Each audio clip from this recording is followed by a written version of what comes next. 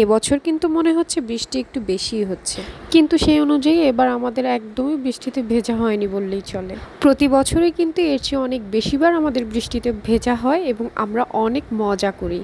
তো শেহরান এবার বারবার বলছিল যে বাবা আম্মু চলো আমরা একটু একসাথে বৃষ্টিতে ভিজে মজা করি, কিন্তু তার বাবার ব্যস্ততার কারণে আসলে সময় হয়ে উঠছিল না। তারপর বাবা হঠাৎ করে একটু কাজের ফাঁকে সময় বের করে নিয়ে আমাদেরকে বলল যে আজকে অনেক বৃষ্টি হচ্ছে, চলো ভিজে। আর ভিজতে ভিজতে চলে গেলাম 7 নম্বর ঘাট। বাবা দেখো কে লাভ দিচ্ছে, বাপ্পি মামা।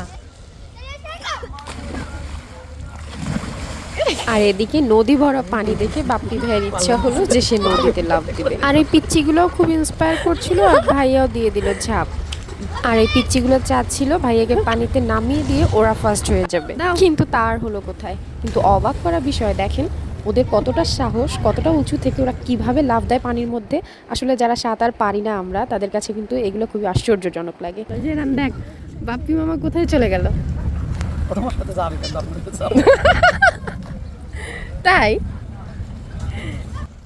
এইদিকে শেহরানের অদ্ভুত ইচ্ছা হলো নাকি সাঁতার কেটে বাপ্পি মামার কাছেই চলে যাবে। আর বাচ্চাদের এরকম ননস্টপ ঝাঁপ দেওয়া দেখে কিন্তু আসলে ভাইয়ারও ইচ্ছা হচ্ছিল যে সেও ঝাঁপ দিবে কিনা। ব্যাপারটা একটু রিস্কি হয়ে যায়, তাই সে আর ওভাবে না নেমে যেভাবে গিয়েছিল ঠিক সেভাবেই ব্যাক চলে এসেছে। আর এদিকে আমরা হচ্ছে পুরো ওয়েদারটা এনজয় করছিলাম, শেহরানকে নদী দেখাচ্ছিলাম, শিপ দেখাচ্ছিলাম, আর শেহরানের পাকা পাকা কথা শুনছিলাম।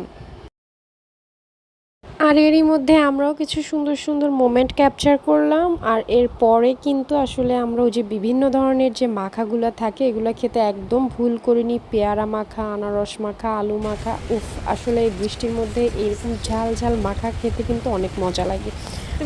কেন জানো ওই সময় ক্লিপগুলো নেওয়া হয়নি।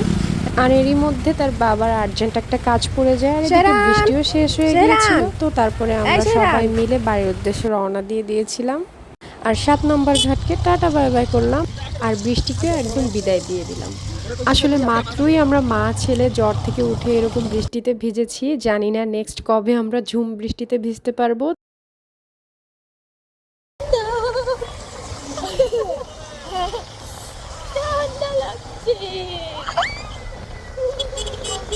তো আজ মোটামুটি আমরা অল্পের মধ্যে ভালোই মজা করেছি। তো সবাই আমাদের জন্য দোয়া করবেন যেন এরকম ছোট্ট ছোট্ট আনন্দ করে সারা জীবন কাটিয়ে দিতে পারি। আর মাশাল্লাহ বলতে কিন্তু ভুলবেন না।